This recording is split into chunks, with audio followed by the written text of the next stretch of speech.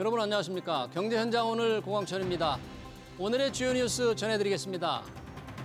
정부는 경제위기설에 발단이 되어온 230조 원 규모의 부동산 프로젝트 파이낸싱, PF 시장을 연착륙시키기 위해 은행 보험권 중심으로 최대 5조 원을 투입하기로 했습니다. PF 사업성 평가는 3단계에서 4단계로 나눠 강화하는데요. 금융당국 전체 PF의 최대 10%, 20조 원 안팎이 구조조정 대상으로 오를 것으로 예상했습니다. 미 행정부가 중국산 전기차에 대한 관세를 25%에서 100%로 올릴 방침으로 알려졌습니다. 태양광전지, 배터리 등 핵심 전략 분야의 추가적인 관세 인상도 예상됩니다. 이르면 14일 공식 발표되는데 미국의 중국 압박이 강화되고 있습니다. 한국기업 거버넌스 포럼은 내년부터 시행될 예정인 금융투자소득세가 일반 국민에게 유일하게 남은 부의 사다리를 걷어차는 격이라고 주장했습니다. 이남우 포럼 회장은 금투세 과세 대상자가 우리 증시에 투자하고 있는 자금은 150조 원 정도라며 이 자금이 빠져나가면 치명상이 발생할 수 있다고 경고했는데요. 이 회장은 금투세 과세 명분으로 소득 있는 곳에 세금이 있어야 한다는 논리를 내세우지만 실제는 그렇지 않다고 강조했습니다.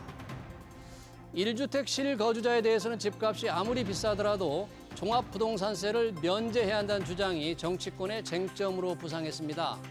더불어민주당의 박찬대 원내대표가 언론 인터뷰를 통해 추진 의사를 밝혔는데요. 1주택 실거주자 종부세 면제 과연 어떻게 봐야 하는지 이어지는 집중 진단에서 자세히 살펴봅니다. 유튜브 실시간 댓글 의견 주시면 토론에 반영합니다. 경제현장 오늘입니다.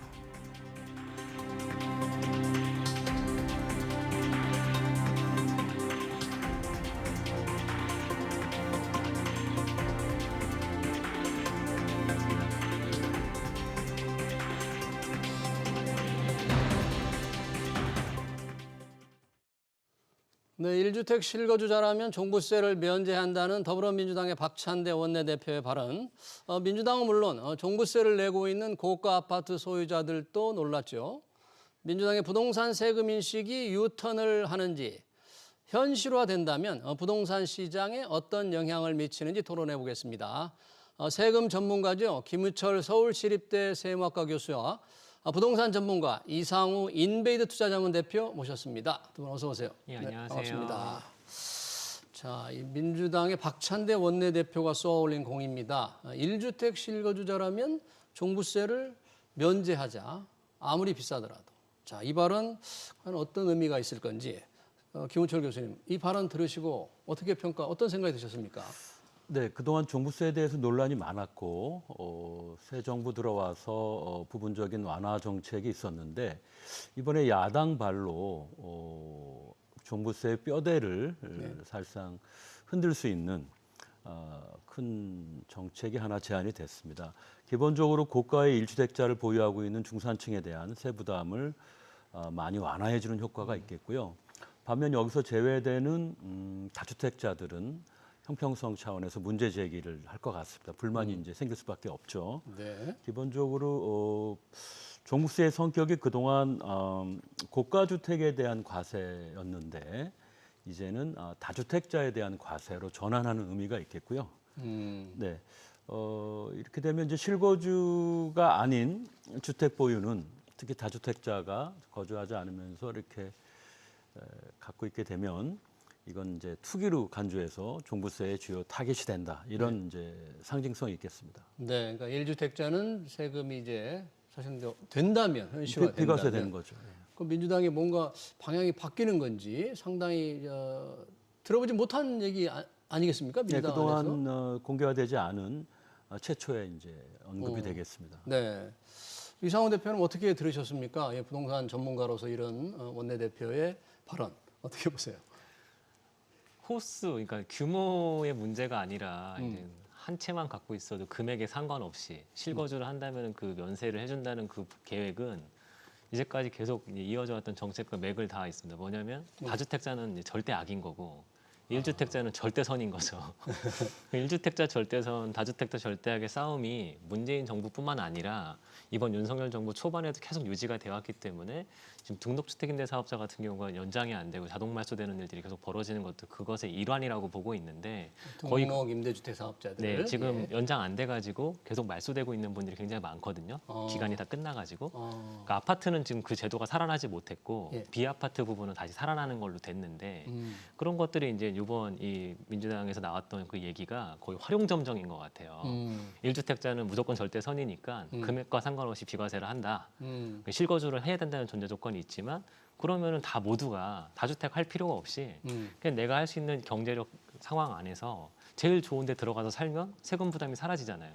그렇죠. 그러니까 우리 집에 있는 자산들을 잘 팔아서 그냥 제일 좋은 대로 실입주를 하는 게 세금적으로도 제일 유리할 거고 삶에서도 훨씬 더 좋겠죠. 왜냐하면 나의 주거지가 더 높은 데로 옮겨질 테니까요. 예. 그런 문제가 있을 수 있고 그런 상황이 생길 수가 있다. 야, 그러면 지금 여기서 문제가 되는 게 이제 1주택자들이잖아요. 그동안 종부세가 2005년에 도입된 이후에 뭔가 이 대상자가 계속 늘어왔죠. 어떻게 바뀌어 왔습니까, 종부세는? 예, 가장 큰 변화는 이제 주택 가격이 급등하면서 대상자가 크게 늘자 여러 가지 세부담 완화 정책을 했는데 가장 중요한 정책은 이제 작년에 법 통과가 됐습니다. 예. 종부세 부과 기준이 제일 중요한데 예. 기존의 고가 기준 6억을 이제 9억으로 올려서 9억 이하의 고가 주택이 기본적으로 과세 대상에 들어가는데 1세대 1주택이 되면 이제 12억으로 올렸죠. 12억, 예. 네, 12억이 넘는 주택을 이제 보유하게 되면 이제 세금 부과가 되는 거고요.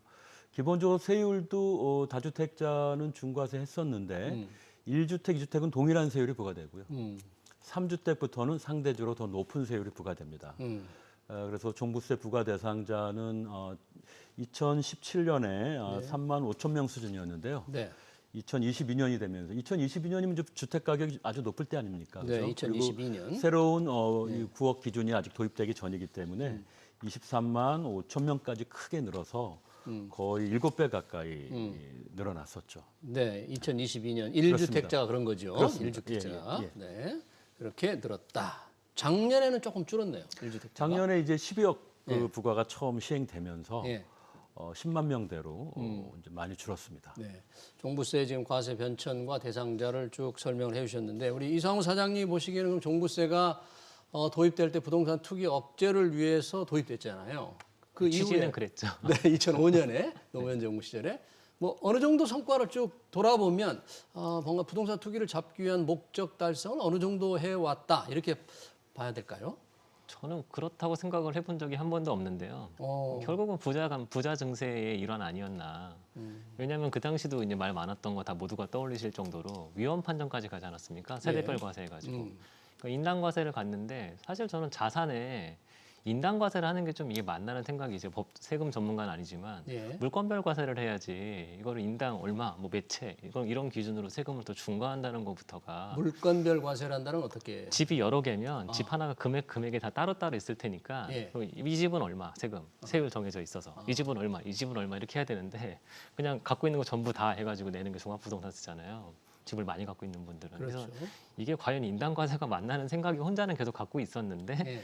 근데 그런 건 다 제거하고 어쨌든 1주택자는 비과세 예. 이런 얘기가 나왔다는 게 결국은 그 부자들이 뭔가를 계속 사가지고 자산값을 자꾸 올린다고 하는 그런 부동산 투기라고 하는 관점에서 본다면 이번 정책이 나오면 더 비싼 집만 더 오를 수 있으니까 비싼 오히려 집만 더 올릴 수 있다. 네, 그냥 과거에도 별로 효과도 없었고 근데 지금도 이제 효과가 없다는 걸 결국은 인정했기 때문에 이런 발언이 나온 게 아닌가 생각이 듭니다. 그러네요.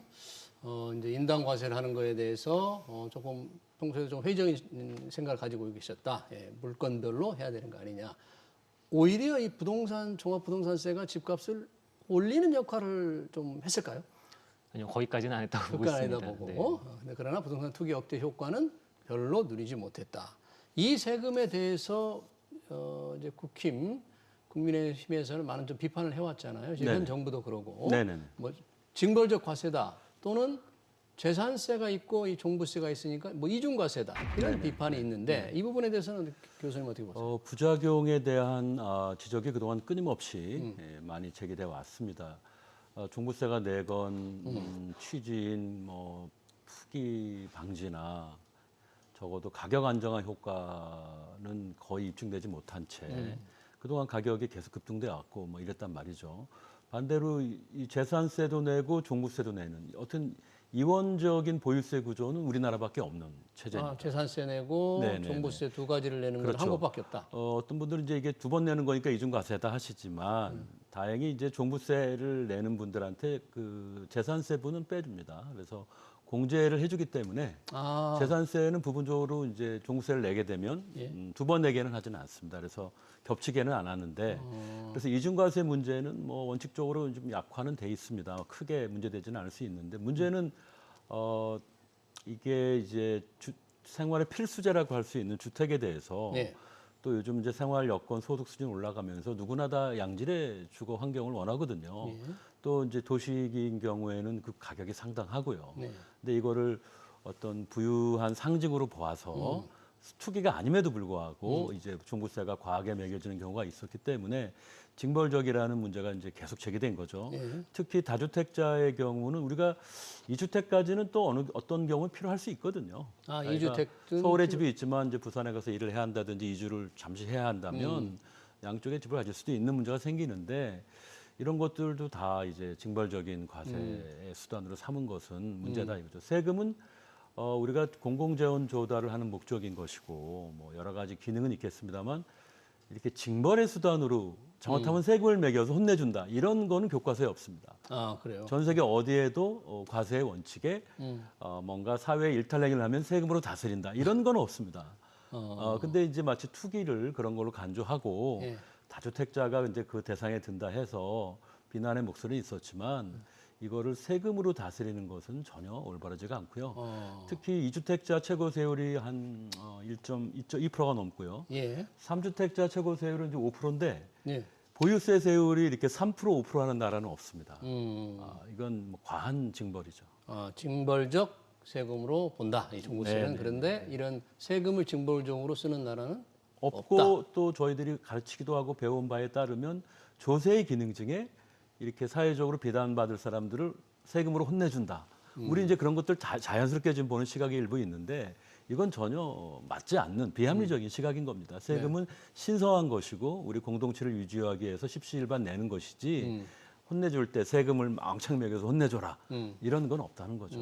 더욱이 그게 이렇게 투기 방지나 가격 안정화라는 긍정적 효과를 목표로 했지만 그동안 뭐 계속해서 가격은 급등해왔고 결국 수요 공급의 문제인데 세금으로만 이것을 다스리려고 하는 거는 대단히 잘못된 발상임이 적어도 지난 4, 5년간에는 입증이 됐다고 봐야죠. 지금 이런 1주택자에 대해서 이런 조치가 나오는 것은 누구나 좋은 집을 원하고 있고 예. 주택 하나는 필수적인 것이다.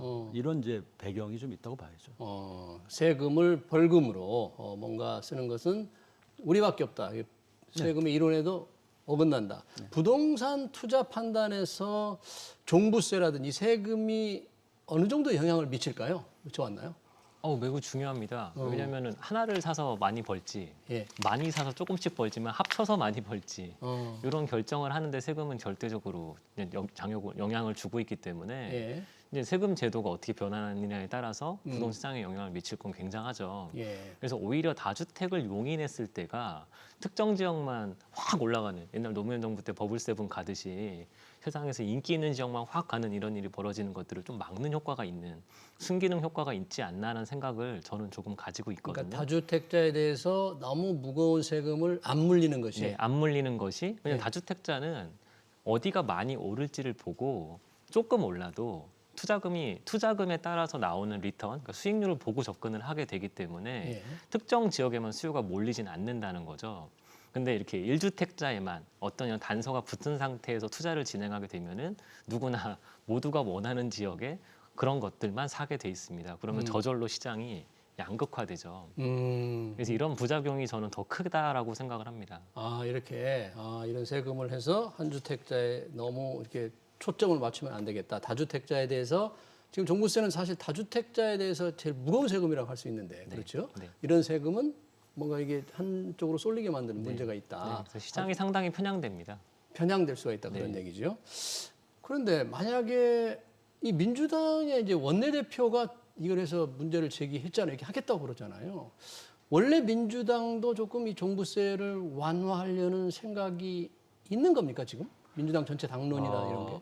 뭐 내부적으로 여러 이견이 있었을 겁니다만 그동안 이 문제가 여야 간에 워낙 첨예하게 대립하다 보니까 일사불란한 목소리를 위해서 그동안 좀 자제되어 온 여러 목소리가 있었을 거라고 봅니다. 그래서 주택이은 이제 1주택자는 필수적으로 다 누구나 원하는 거니까 거기에 대해서 중과세하는 건 옳지 않다는 시각 정도는 기존에도 있었을 것이다. 이번에 이제 선거 후에 민주당이 이제 여러 가지 일신하는 단계에서 네. 그런 어떻게 보면 합리성이 있는 목소리를 좀 원내대표가 대변하고 일단 여론의 반응을 현재 보는 게 아닐까 싶습니다. 지금 이제 당론으로 공식화된지는 않았어요. 예. 정책위 의장도 이게 당론은 아니다. 원내대표 얘기다 하니까 이제 저희가 뭐 확정된 상태로 얘기하는 건 아닌데 일단 원내대표 뭔가 원내대표라는 게 굉장히 중요한 자리니까 그분이 이렇게 해서 만약에 그대로 현실화된다면 2주택자들은 어떻게 되는 겁니까? 2주택자, 3주택자들은 종부세가 이제 남아있게 되잖아요. 그런 분들과의 이 형평 문제가 보통 심각하지 않을 것 같아요. 어떻게 될까요, 이게? 됐다는 가정을 이제 하고서 됐다는 네. 가정으로 얘기한다면 제가 이건 장난코 말씀드리는데 다주택자들은 다 파실 겁니다. 다주택자들은 왜냐하면 다주택자들이 다 내가 살고 있는 집과 똑같은 레벨의 같은 집을 여러 채 갖고 있는 게 아니라 일단 본인은 그 중에서 제일 좋은 집에 거주는 하실 거잖아요. 네. 자기가 제일 나쁜 집에 살고 좋은 집만 갖고 있는 거꾸로 돼 있는 구조는 없으실 테니까 내가 사는 집이 제일 좋고 예. 임대 놓고 있는 집들은 조금 나쁜 집들일 텐데 두 채, 세 채 갖고 있다고 생각한다면 근데 이 두세 세 때문에 내가 내 집이 종부세가 나오는 거를 감당하기는 기분이 안 좋잖아요. 그럼 이것들 살짝 팔아서 내가 1주택 실거주를 하는 순간 세금 부담에서 자유로워지는데 여기서 판 돈 모아가지고 더 좋은 데로 이사 가시면 또 세금 안 내잖아요. 이런 일들이 벌어지면 자연스럽게 시장에 다주택자는 존재하지 않게 되겠죠. 근데 다주택자가 존재하지 않으면 정말 큰 문제는 네. 아까 교수님께서 말씀하셨지만 잠깐 어디로 이사 가야 될 일이 있는데 영원히 가는 게 아니라 뭐 2년, 4년 이렇게 가야 될 때 그렇죠. 집을 못 구합니다. 어. 누가 임대를 줘요? 임대할 사람이 없으니까. 그러니까 어디 가서 전세로 살든 월세로 살든 이럴 방법이 사라져서 그럼 결국은 또 울며겨자먹기로 집을 사던가 그러니까 2주택을 가던가 아니면 내 집을 팔고 가야 돼요. 네. 그럼 이거는 괜한 일을 또 하게 만드는 거잖아요. 예. 다시 돌아올 건데 네. 그 4년 동안 2년 동안조차도 내가 들어가 살 집을 임대로 구할 수가 없게 되니까 어. 이런 좀 사회적으로 얼마나 좀 곤란한 일들이 마구 벌어질지를 예상을 해보신다면 다주택자를 규제하는 일들이 얼마나 시장에 문제가 생길 거냐를 모두가 다 알 수 있는데 지금까지는 왜 안 했느냐 오히려 이런 거꾸로 얘기가 나올 수밖에 없죠. 그러니까 임대 시장에 큰 병목 현상이 좀 생기는 거네요. 네, 실제로. 그러면 결론은 또 매매가로 영향을 줍니다. 왜냐하면 지금 임대로 사시는 임차로 사시는 분들은 임차로 살 방법이 없어지잖아요 앞으로. 네, 네. 그럼 어떻게든 집을 사셔야 되는 거고, 음. 그럼 대출 받아서 사시는 수밖에 없죠. 돈이 모자라시면은 이게 과연 올바른지는 잘 모르겠습니다. 그럼 좋은 지역에 뭐 똘똘한 한 채 우리가 얘기하는 그런 집만 더 올라간다 이렇게 봐야 돼요. 근데 이제 그렇게 되면 똘똘이 한 채라는 기준이 굉장히 넓어지는 거죠. 왜냐하면 이제까지는 투자 관점에서만 똘똘이 이렇게 봤는데 임차로 살 방법이 사라지니까 어떻게든 1주택 실거주밖에 없으니까요. 네. 그러면 다 1주택자가 되는 수밖에 없지 않겠습니까? 네. 그러면 전반적으로 다 그 똘똘이의 수준이 올라가겠죠. 이게 어떤 일이 생길지 아직 이제 실현 우리가 확정되지 않았기 때문에 상당히 시장, 매매 시장, 전세 시장에 굉장히 큰 변수가 될 수 있을 것 같아요. 세금 측면에서 볼 때는 1주택자는 종부세 아무리 비싸더라도 이제 면제, 2주택자는 일정 기준. 지금은 아까 9억이라고 했잖아요. 뭐 네, 9억도 12억. 1주택은 12억부터고요. 네. 2주택자 이상은 이제 9억부터. 2주택, 3주택자는 종부세 여전히 부과된다. 그러면 이 세금 문제 어떤 이론상으로는 어떻게 되는 겁니까?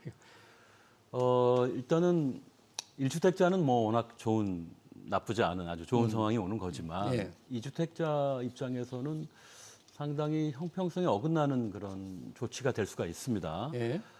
일단 보유세에서 주택 숫자를 기준으로 투기냐 아니냐 판단하는 건 무리가 일단 있습니다. 너무 단순한 접근이라는 거죠. 숫자로 하는 네, 거는. 필요에 따라서는 1주택 또는 2주택 아까 될 수 있는 인별 이상호 사장이 말한 인별과세 문제가 필요에 있다는 따라서 그런 거잖아요. 1주택, 2주택 될 수 있는 거고 탄력적으로 이거를 좀 허용을 해야 되는데 딱 1주택까지는 투기 아님 아무리 비싸도 예. 2주택부터는 어쩔 수 없음 투기임 이렇게 되면 너무 경직적이고 네. 판단이 이렇게 단순해서 과세를 그렇게 하면 좀 합리성을 잃을 수 있죠. 예. 보유세의 경우 형평성을 판단하는 기준은 예. 조금 다릅니다. 소득세나 이런 것하고는. 어. 보유세의 경우는 내 자산 가치가 이런 공공 서비스나 공공재 지방 정부들이 투입하는 이런 그래 효과로 인해서 집값이 올라가는 거거든요. 교육 여건, 교통 여건, 의료 여건 등등이 다 그런 거 아니겠습니까? 아무래도 좋은 지자체의 네. 좋은 지역이고 집값이 올라가는 거죠. 다 공공재원의 투입으로 우리 부동산 가격이 올라가니까 당신이 그 높은 가치의 부동산을 갖게 된 거는 그만큼 편익을 받은 거다. 예. 따라서 그 편익에 비례하는 만큼 세금으로 내야 된다. 그게 보유세의 기초 원리입니다. 보유세. 지방 정부의 많은 서비스로 인해서 집값이 올라가는 거다. 그러니까 일정 부분은 세금으로 낸다. 그게 보유세고요. 이걸 편익과세라고 합니다. 예. 근데 이거는 10억이든 20억이든 30억이든 동일하게 효과를 보는 거거든요. 집값에 비례해서. 예. 그래서 보유세의 큰 원칙은 편익과세고 그 대표 구체적인 정책의 어떤 형태는 단일세율입니다. 단일세율. 단일세율. 예, 단일세율. 금액에 따른 차등이 아니라. 예, 부동산 값에 비례해서 예. 딱 세율 하나로 족하고 예. 그 세율로만 이제 내는 거예요. 그러니까 10억이면 예를 들어서 20억의 절반만 내면 되는 거고 30억은 이제 10억만 내면 3배를 내야 되는 거죠. 10억에. 이게 이런 편익과세 원칙에 따라서 국제적으로는 거의 예외 없이 모든 나라가 다 단일세율을 갖고 있습니다. 그래요. 예. 보유세가. 우리의 경우는 보유세를 능력과세 원칙으로 혼돈을 해서 능력이 있는 거니까 더 내야 된다 해서 우리는 누진세율을 하는 건데 이거는 편익과세 원칙에도 맞지 않고 국제 이런 표준에 어긋나는 거죠. 예. 네, 그래서 형평성에서 그러면은 예를 들어서 1주택이지만 50억이다. 압구정동 50억 가지 않겠습니까? 네. 그런데 내가 뭐 비수도권에 그래도 9억 이상인 뭐 대구 지역에서 예를 들어서 15억짜리를 2개 갖고 있다. 예. 30억밖에 안 되죠. 예. 그렇지만 세금은 여기다가 지금 매긴다는 거 아닙니까? 네, 1주택 50억이면 안 매기고 안 매긴. 예. 폐지한다면. 2주택 합쳐서 10억, 10억, 30억은 매기고 하면 이 참겠습니까 이분들이? 이게 잘못된 세금이라고 당연히 항변할 수 있고 네. 근데 이런 항변이 틀렸다고 할 수가 없는 게 아까 말씀드린 것처럼 네.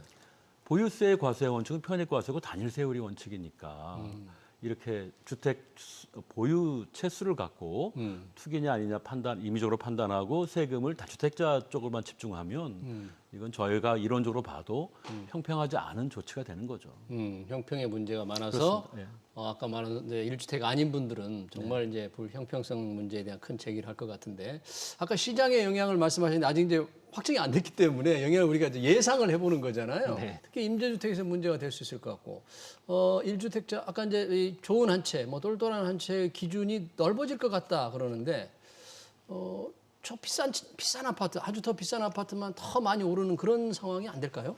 그거는 더 강화될 건데 이미 지금도 그래요. 지금도. 네. 그러니까 지난 2년간의 정책에 대한 영향으로 정책이 좀 약간 영향이 있다는 거죠. 지난 2년간. 네, 이번 정부 정책조차도 다주택자를 완화해주는 일은 절대 하지 않았기 때문에 지금 임대차 시장이 생각보다 빠르게 올라가고 있거든요.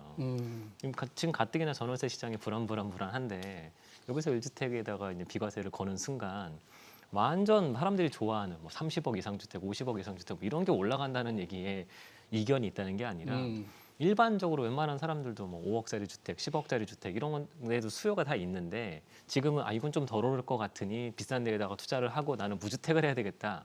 딴 데 살아야 되겠다. 임차로 살아야 되겠다 생각하시는 분이 분명히 존재할 텐데 이 방법이 안 된다는 거죠. 아까 임대차를 놓을 사람이 없으니까. 그러면 내가 아무리 투자 목적으로만 접근하려고 해도 일단 당장 실거주를 못 구하니까 똘똘이 주택이 아니더라도 그러면 한 절반 정도 똘똘하다 하더라도 내가 거기 들어가 살아야 된다면 그런 집들까지도 다 영향을 주는 거고 그럼 남는 거는 뭐냐면 도시가 어느 정도 형성이 돼서 유지가 될 수 있는 정도가 되면 거기에 거주하는 방법은 내가 사서 들어가는 수밖에 없으니까 그런 도시들은 올라가겠죠. 나머지 지역들은 정말 그 영향이 이루 말할 수가 없는 게 수요 자체가 없을 거기 때문에 지금 있는 거 파는 거는 당연한 거고 그 다음에 사줄 사람은 정말 없겠죠. 그 부동산 시장에 뭔가 이게 큰 어마어마한 변화가 이제 생길 수 있다는 네. 그런 건데 이 정부 들어서 다주택자에 대해서 조금 그 양도세 이런 걸 조금 완화하는 정책을 하지 않았습니까? 다주택자를 완화한 적이 없습니다. 이 정부 들어서도 2주택 정도는이라고 했었고 2주택자. 네, 그리고 작년에 취득세 2주택 살 때 약간 소급 적용해 준다고 했던 것들도 이번에 이제 총선이 결과가 이번 정부에는 약간 부정적이기 때문에 통과될 것 같지 않은 거죠. 그러니까 그때 지금도 통과가 안 됐었잖아요. 네, 주택세 완화도. 네. 그러니까 다주택자에 대해서 어떤 세금 완화가 지금 실현이 되지 않았다. 정부가 약속을 하고 법이 통과가 되지 않았다 그러는데 그러면 일단 원내대표의 그 취지 실거주자라면 뭔가 이 종부세라는 무거운 세금을 물리면 좀 안 좋겠다는 이런 취지 있잖아요. 이런 취지를 좀 살리면서 뭔가 이 종부세를 개편해야 된다면 어떤 방향이 있을까요? 그게 참 쉽지는 않습니다만 일단은 지금 다주택자의 불만을 조금이라도 누그러뜨리기 위해서라면 1주택자 실거주는 이제 비과세함에 따라 다주택자는 너무 형평성 기울어지잖아요. 그러니까 다주택자도 집 한 채는 있어야 되는 거잖아요.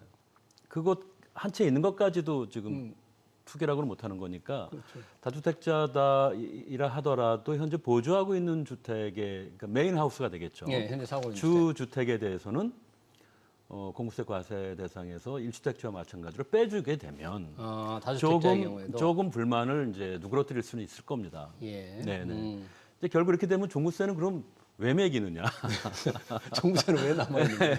이런 이제 근본적인 질문을 가기 때문에 이건 결국은 일시적인 처방이고 부분적인 어떤 뭐 좀 속된 의미로 땜질식 땜질 처방밖에는 안 될 처방이고. 것이다. 예. 그러면 이제 근본적으로 어떻게 해야 합니까? 그러면 결국은 보유세 근본적인 개편이 전제돼야 되는데 우리가 보유세가 중요한 이유는 이제 자산 관련 세금에서 기본적인 원칙은 전 세계적으로 거래세는 줄이고 거래세. 보유세를 정상화하는 게 원래 방향이었습니다. 우리가 거래세는 노무현 낮추고. 대통령 때나 문재인 대통령 때 한결같이 얘기했던 건 거래세 대신 보유세를 우리가 정상화하겠다 이렇게 했거든요. 근데 거래세 안 폐지됐습니다. 거래세 심지어 그대로. 취득세 뭐 투기 목적인 경우는 법인이나 다주택자 오히려 올렸습니다. 그러니까 거래세는 폐지를 하고 거래세 폐지하고. 보유세 위주로 가되 예. 보유세도 우리가 재산세가 있고 좀 종부세가 있지 않습니까? 이 이원적 구조는 기형적인 거예요. 종부세와 결국은 재산세는 너무 낮고 종부세는 너무 높아요. 그러니까 어떻게 해야 되겠습니까? 재산세율을 정상화하면서 이건 거의 모든 분들이 내는 세금이죠. 네. 재산세는 조금 높이고 종부세는 낮춰야죠. 예. 1단계로. 2단계는 둘을 그래서 통합하는 겁니다. 보유세를 하나로 예. 재산세와 종부세를 예, 세율을 인하하고 조정하는 네. 단계에서 누진 구조를 가능한 한 이제 약화시키고 둘을 통합할 때는 궁극적으로 그게 10년 후가 될지 15년 후가 될지는 모르겠습니다만 네. 아까 말씀드린 보유세 정상화는 결국 단일 세율로 끝나는 게 완료되는 걸 의미한다. 네. 이렇게 보고 있습니다. 예, 그런 세율의 전반적인 이번 논의가 이제 그런 세율 정상화라고 해야 되나요? 세율의 재편 예, 예. 작업에 좀 출발이 될 수도 그렇죠. 있겠다. 종부세를 상당 부분 덜어내는 거니까요. 예, 그런 생각이 될 수 있겠네요. 종부세 개편의 방침을 들어봤고요. 우리 이상호 사장님 오셨으니까 부동산 시장 동향도 좀 묻고 싶습니다. 지금 전체적으로 뭐 어떻게 지금 우리 상황이 지금 한국 부동산원 통계 보니까 서울 아파트 값은 7주 연속 상승했다는데 부동산 시장 뭐 회복세가 본격화된다고 봐야 됩니까? 아니요. 아니에요? 네.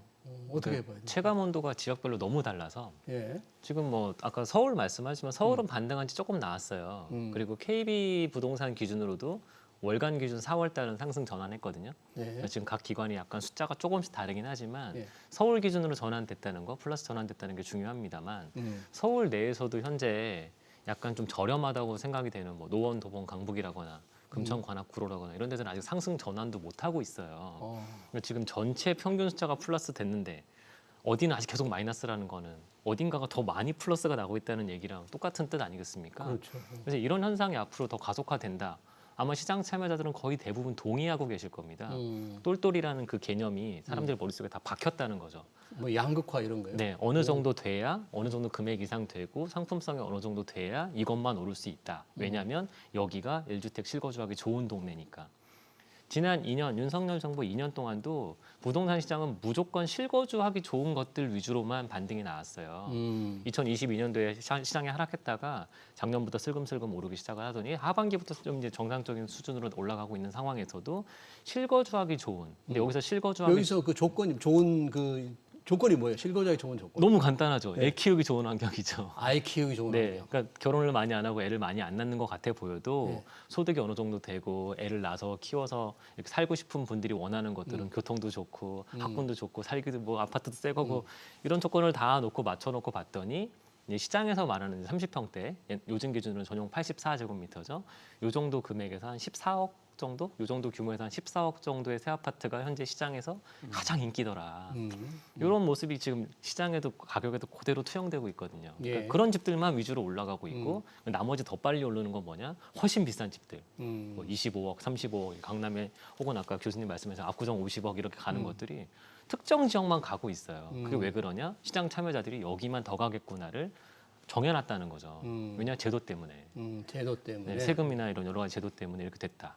근데 이런 것들이 좀 완화되려면 사실 등록주택 임대사업자라고도 말씀드렸지만 등록주택 임대사업자. 지금 다주택자들이 그나마 종부세를 조금 안 낼 수 있었던 제도가 예. 등록주택 임대사업자 제도를 활용해서 임대사업을 놓고 임대료를 5%씩만 좀씩만 올리고 그러면은 합산 배제해주겠다. 그렇기 때문에 등록세. 아무리 많이 내라고 해도 안 낼 수 있게 해주니까 그게 됐던 건데 그걸 지금 2년 동안도 살려주지 않는 바람에 다 지금 빠졌잖아요. 그 등록주택에서. 그러니까 이제 종부세 부담이 있으니까 막 팔고 계시는 거죠. 그러면 어떤 일이 벌어졌냐면 센터는 안 빠지고 외곽에 임대주택 많이 갖고 있을 것 같은 동네들만 반등이 잘 안 나와요. 네. 이런 환경에서 이어지는 이런 모습은 굉장히 올바르지 않죠. 그래서 아까 말씀하신 대로 지금 시장은 완전히 인기 있는 지역들 위주로만 반등이 나오고 있다. 네. 이 상황은 지금 바뀔 것 같지는 않습니다. 이런 상황은 좀 계속될 것 같다. 네. 그런 전망을 하셨네요. 네, 종부세 1주택자 실거주 폐지 관련 내용과 시장 전망까지 토론 여기서 마치겠습니다. 지금까지 김우철 서울시립대 세무학과 교수, 이상우 인베이드 투자자문 대표였습니다. 두 분 고맙습니다.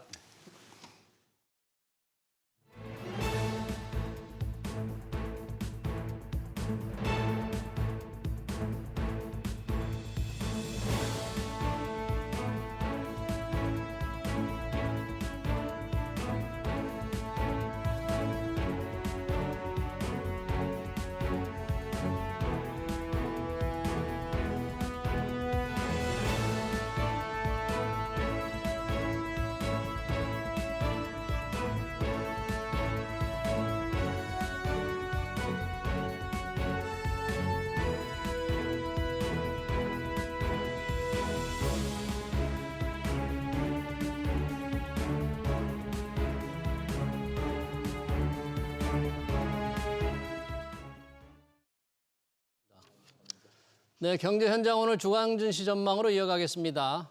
전문가들 사이에서 우리가 의지하고 있는 전통적인 투자 방식을 더 이상 활용할 수 없는 시대가 됐다. 이런 얘기가 많이 나오죠. 오늘 모신 분도 그런 주장을 하는 분 중에 한 분인데요. 확률과 우연이 지배하는 새로운 세계에서 투자하는 법을 알고 활용해야 한다는데 그렇다면 현재 우리 증시 그리고 글로벌 증시 과연 상황은 어떻게 보는지 투자 팁은 무엇인지 들어보겠습니다. 오종태 타이거 자산운용 이사 오셨습니다. 이사님 어서 오십시오. 안녕하십니까. 반갑습니다. 저희 뭔가 이 새로운 세계, 뭐 하나의 원칙이 통하지 않고 기존의 전통 방식이 통하지 않는 참 복잡한 세상입니다. 네. 그런 방식에서 투자 방식을 조금 새로운 방식을 제안해 주셨는데 우리 시장 그런 관점에서 볼 때 조금 지금 어느 단계에 있다. 우리 시장의 온도가 지금 어느 정도라고 이렇게 봐야 할까요? 전반적으로. 주로 이제 저는 산으로 많이 표현하는데요. 산. 예, 그 1분응선에서 10분응선까지 산이 있을 텐데 예. 지금 현재 저희 시장의 위치는 한 7에서 9분응선 사이에 좀 높은 상태에 지금 와 있다라고 생각을 하고요. 그 7부에서 9분응선 사이면은 이제 산의 높은 쪽이기 때문에 이제 면적이 점점 좁아지는 상황이기 때문에 많은 사람들이 올라가기에는 면적에서 굉장히 불편한 상황들을 많이 느낄 텐데 금융시장은 참 공교롭게 높아지면 높아질수록 사람들의 관심은 증가합니다. 이 사람의 욕심이라는 게 작용하기 때문인데요. 그래서 그 부분에서 점점 흥분값이 높아지는 그러한 구간을 항상 산의 마지막 그 꼭대기 근처에서 겪게 되는데 지금 시장에서는 아직 그러한 흥분값이 느껴지고 있지는 않습니다. 네. 오늘도 지금 보시면 그렇게 시장이 좋은 상황은 아닌데 예. 지금 7분응선에서 9분응선 사이에서 사람들의 흥분하기에는 일단 여러 가지 정부의 역할이 굉장히 큰 시장이라는 특성을 올해는 갖고 있습니다. 정부의 역할. 정부의 재정 정책과 정부의 통화 정책이라는 네. 민간에서 발생하는 자연적인 경제 활동보다는 정부가 돈을 어떻게 푸느냐, 정부가 어느 산업을 지원하느냐. 우리나라도 지금 그 반도체 관련된 보조금이 지금 주말에 뉴스가 나왔지 않습니까? 그렇죠. 예, 뭐 미국 같이 직접 지원은 아니지만 소부장이 꽤 뭐 네. 10조 원 이상을 뭐 10조 원 지원하겠다. 이상 지원하겠다라는 예. 이런 것들이 나오는데 자체적인 민간 활동보다 정부에서의 의도된 활동들이 더 시장에 큰 영향을 주고 있는 상황이라서 이 부분들이 민간에서 그렇게 흥분된 현상이 가까이서 현장에서 실생활에서 나타나고 있으면 투자자들이나 일반 투자자들은 더 많이 빨리 흥분하게 되는데 사실 주변에서 그렇게 느껴지지는 않는 거죠. 네. 정부에서의 지원을 통해서 그 부분이 기업을 통해서 그러한 고리들이 여러 가지를 간접적으로만 지금 진행이 되다 보니까 민간 차원에서의 그러한 그 센티멘트의 흥분값이 그렇게 나타나는 시장은 아닙니다. 그래서 그 부분들을 마찬가지로 그게 핵심적인 부분이라면 정부에서 나타나는 활동이 여기서 더 시장이 상승을 하든 아니면 하락을 하든 이유가 돼야 될 텐데 예. 가장 중요한 부분은 지금 인플레이션 관련된 부분이 예. 윗단을 맞고 있습니다. 인플레이션에 대한 네. 우려가 우려가. 윗단을 맞고 있다. 네, 그래서 지금 다음 주에 중요한 이번 주죠. CPI나 이제 PPI가 발표가 될 텐데요. 미국의 4월 미국의 CPI CPI 가 말씀하시는 거죠? 공교롭게 우리나라는 휴일이어가지고 15일. 네. 네. 그래서 그 부분을 지금 시장이 안 열려 있는 상태에서 지나가야 될 텐데 그 부분에서 그 CPI가 낮게 나오지 않으면 인플레이션의 우려가 줄지 않는 상황에서 통화 정책이 추가적으로 페드에서 금리를 낮춰줄 기대를 하기가 어렵습니다. 미국의 4월 CPI가 어떻게 나오느냐에 네, 따라서 네. 그래서- 지금 뭐 금리나 기대감이 조금 다시 살아나는 듯 하던데 네. 결국은 15일 발표되는 4월 CPI에 따라서 많이 달라질 거다. 네, 그 부분이 너무나 핵심적인 부분이고요. 예. 물론 지금 시장은 기대를 하고 있습니다. 시장이 기대를 하고 있는 이유는 지금 임대료 관련된 부분도 보험사의 데이터에서 약간의 개선점이 나타나는 부분도 보이고요. 미국 임대료. 네, 유가 에너지 가격 많이 지난 한 달 동안에 하락했고요. 예. 예, 그 부분들이 있기 때문에 약간 기대할 만한 증거들은 갖고 있습니다. 그렇지만 요즘 데이터들의 변동폭이 너무 크기 때문에 네.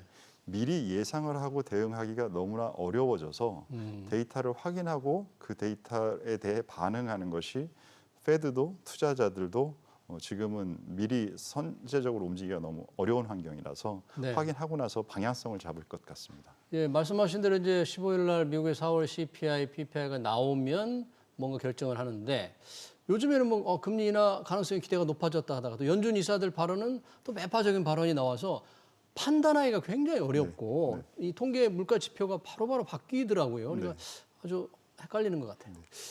전 그런 데이터와 멘트들을 보면서 하나 생각이 드는 건 이제 저가 이제 73년생인데 예. 저 73년생의 평균 키가 73cm입니다. 아, 그래요? 근데 요즘은 지나다니다 보면 젊은 분들 너무나 키 크고 모델 같은 분들이 길거리에 많이 보이시잖아요. 예. 20대 분들. 근데 평균 키는 똑같이 73이에요. 아, 그래요? 네, 이 말은 더 큰 것 같은데. 네, 더 큰 것 같은데요. 이 말은 편차가 커졌다라는 얘기죠. 그래서 전체적인 평균값은 동일한데 편차가 커지면은 네. 굉장히 안 좋은 얘기와 굉장히 좋은 얘기가 우리한테는 동시에 들리지만 사실은 평균은 비슷한 것인데 비슷하다.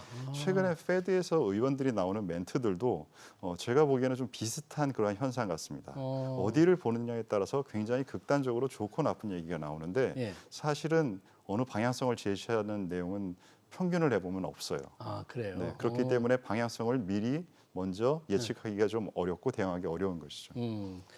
자, 우리 증시가 지금 산에 보면 7부에서 9부 능선에 있고 우리 정부의 정책적인 영향이 굉장히 지금 시장에 많은 영향을 미친다는데 그런 상황에서 이 투자자들이 볼 때는 뭐 대부분 반도체에 투자를 해야 되지 않냐 뭐 이런 얘기가 참 많은데 이사님께서 보시기에는 뭐라 그럴까 좀 이런 상황에서 좀 유망하게 9부 능선, 10부 능선으로 갈 수 있는 업종이랄까 뭐 그걸 뚫고 나갈 힘이 있는 업종이랄까 이런 건 뭐가 있을까요? 네, 변화가 많을 때도 변화를 뚫고 가는 지속 가능한 현상이라는 것이 있습니다. 예. 그래서 처음에 앵커님께서 말씀해 주실 때 복잡해지고 변수가 많아졌다라고 말씀을 해주셨는데 네. 그러한 사회일수록 우리가 살아가는 방법에서 가치가 올라가는 부분은 지속 가능성이 강하느냐 약하느냐를 가지고 판단을 해야 될 텐데 지속 가능성. 지금 AI와 이러한 반도체 관련된 현상들은 혁명이라는 우리가 단어를 붙일 정도로 지속 가능성이 굉장히 강할 기대가 많이 높은 현상이고요. 그렇기 때문에 지금 굉장히 먼저 많이 올랐기 때문에 일정 부분의 가격 조정 혹은 기간 조정을 안 거칠 수는 없습니다. 하지만 이 부분의 현상이 계속적으로 진행이 된다라고 하면 지금 사실 엔비디아를 필두로 한 소수의 기업들이 이 현상을 만들어내고 이끌고 있지만 무언가 진짜 혁명이 된다면 두 번째 단계는 그 현상의 확산이 발생을 하게 됩니다. 그렇다면 여러 기업들이 그러한 현상에 동참을 할 것이고 그 동참한 플레이어의 숫자들이 늘어난다라고 하면 그 늘어난 플레이어들이 뭔가를 서비스를 제공하거나 같이 일하거나 할 수 있는 기회나 상황들은 많이 늘어날 거기 때문에요. 그러한 부분들은 아직 발생하기 않은 상태이기 때문에 그 방향성에 조금 더 진중하게 조금 가격이 움직이진 않는다 하더라도 혁명에 동의한다라면 그 포지션을 가지고 있을 만한 충분한 이유는 된다고 생각하고요. 예, 인공지능과 반도체 분야의 어떤 네. 지속 가능성을 긍정적으로 본다. 좀 네. 진지하게 기다릴 필요가 있다. 네. 이런 얘기네요. 네. 예. 그리고 두 번째는 최근 데이터를 보시면 미국의 소비 데이터는 좀 약해지고 있습니다. 그래서 미국의 소비가 엄청나게 강했다가 지금 약해지는 부분의 현상은 너무나 약해지지만 않는다라고 하면 인플레이션에도 일정 부분 긍정적인 역할을 할 수 있고요. 말씀드렸던 미국 경제의 지금 사실 2분기 GDP가 4%대를 추정되고 있기 때문에 너무 높은 것 4%? 예, 너무 2분기가? 높은 수준이라서 이게 2, 3%로 떨어진다고 아무런 문제가 되지 않거든요. 그래서 소비가 일정 부분 톤다운되는 현상은 시장에 그렇게 나쁜 이슈는 아닙니다. 그러면 소비가 톤다운되는 상태에서 지금 글로벌 경제 전체적으로는 양극화 현상은 굉장히 강합니다. 그래서 빈익빈 부익부 현상이 센 상황이기 때문에 우리나라가 지금 미국에 제공하는 여러 가지 제품들 중에서 이러한 가성비가 굉장히 높은 제품들이 많아요. 예. 최근에 유행했던 그러한 것들 내용 보시면 저희 나라 냉동김밥도 굉장히 그렇죠. 유행을 대단한 히트를 했었고요. 했죠. 저희가 지금 많이 그 유행하고 있는 화장품은 저가형 제품입니다. 그래서 그들한테는 굉장히 합리적인 소비를 할 수 있는 그러한 대상이 될 수 있고요. 당연히 라면도 지금 굉장히 그런 부분들의 가성비 높은 소비에 맞는 제품들을 우리나라에서 많이 제공하고 있기 때문에 그 AI라는 현상과 가성비 이 두 부분에 대한 관점으로 시장을 볼 필요가 있을 것 같습니다. 지속 가능성 있는 AI와 미국 사람들의 소비에 맞는 가성비 높은 제품을 주로 미국에 수출하고 있는 기업들에 이렇게 좀 관점을 가져라. 일각에서 뭐 AI 법을 붕괴론이 있다. 네. 아직 그런 얘기를 하는 분도 있던데 그런 데는 네. 동의하지 않으십니까?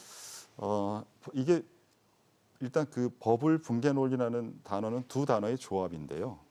버블이라는 현상은 처음 시작할 때 버블 현상이 잘 안 느껴진다라는 설명을 먼저 드렸습니다. 민간에서 발생하는 활동이 아니고 정부의 베이스로 한 활동인데 예. 정부의 재정 정책의 지원은 1분기 때는 거의 사용하지 않았고요.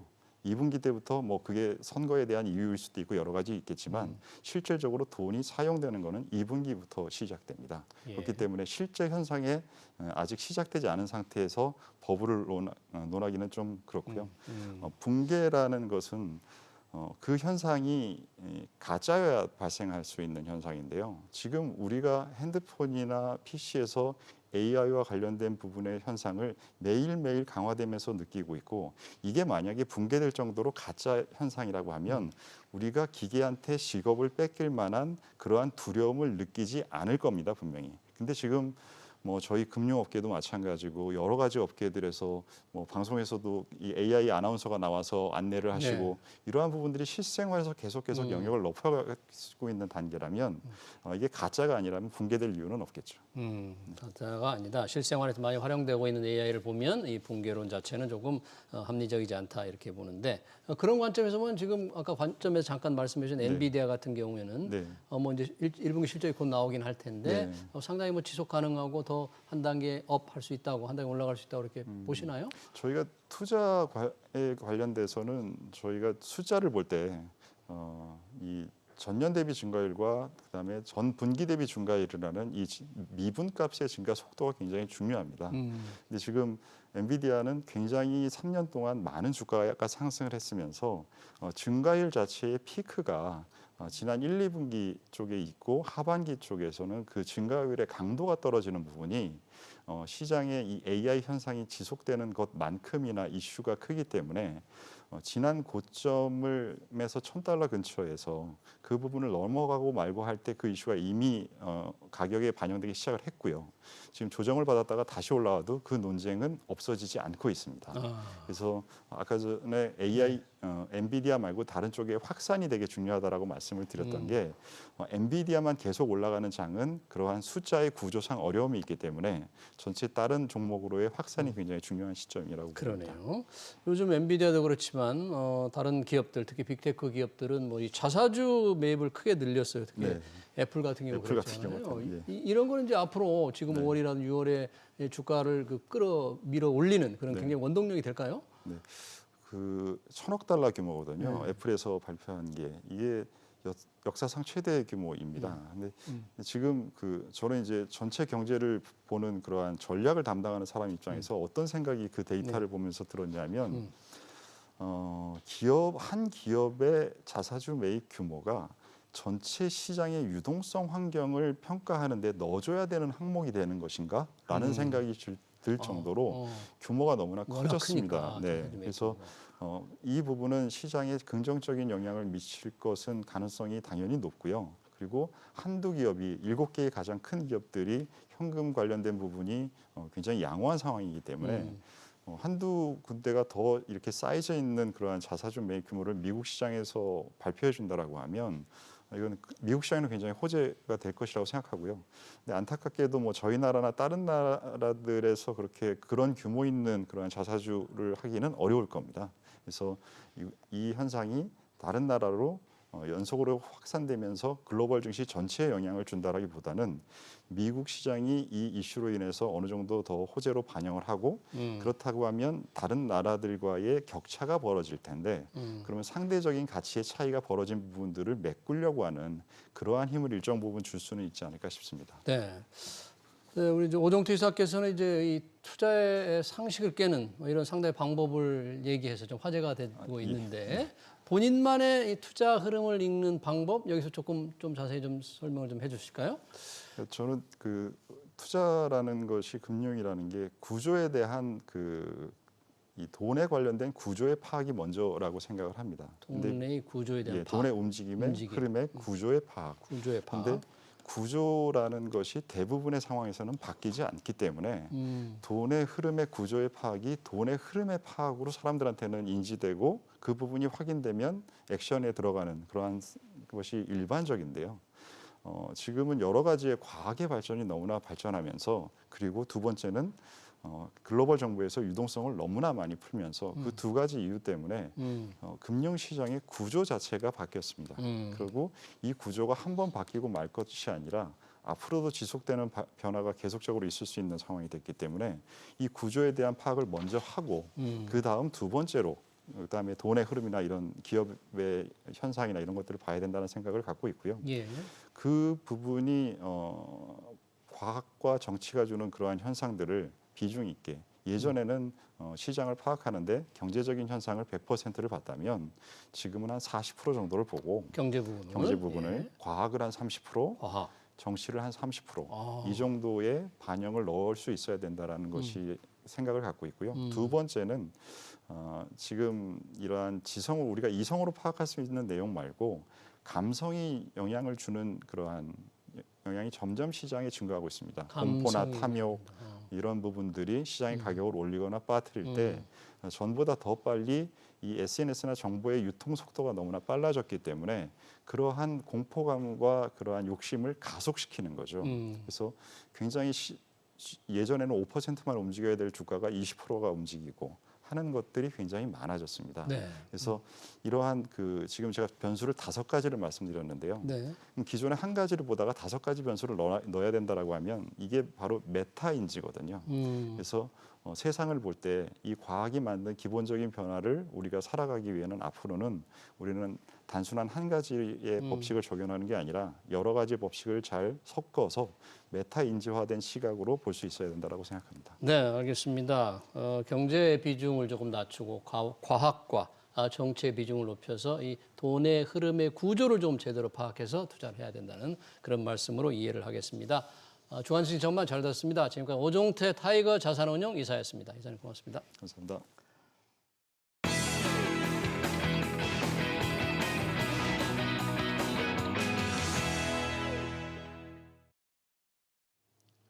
네, 종합부동산세가 또다시 정치경제 논쟁의 전면에 등장했습니다. 종부세는 2005년 노무현 정부 시절 부동산 투기 억제 목적으로 도입됐죠. 하지만 징벌적 세금이라는 비판이 끊임없이 제기돼 왔습니다. 그럼에도 민주당의 상징처럼 간주되고 있는데 원내대표가 1주택 실거주자에 대해선 종부세를 면제하자고 주장하면서 파장이 커지고 있는 겁니다. 갑툭튀처럼 나온 민주당 원내대표의 파격적인 주장, 종부세 수정 논의에 탄력이 붙기를 기대해 봅니다.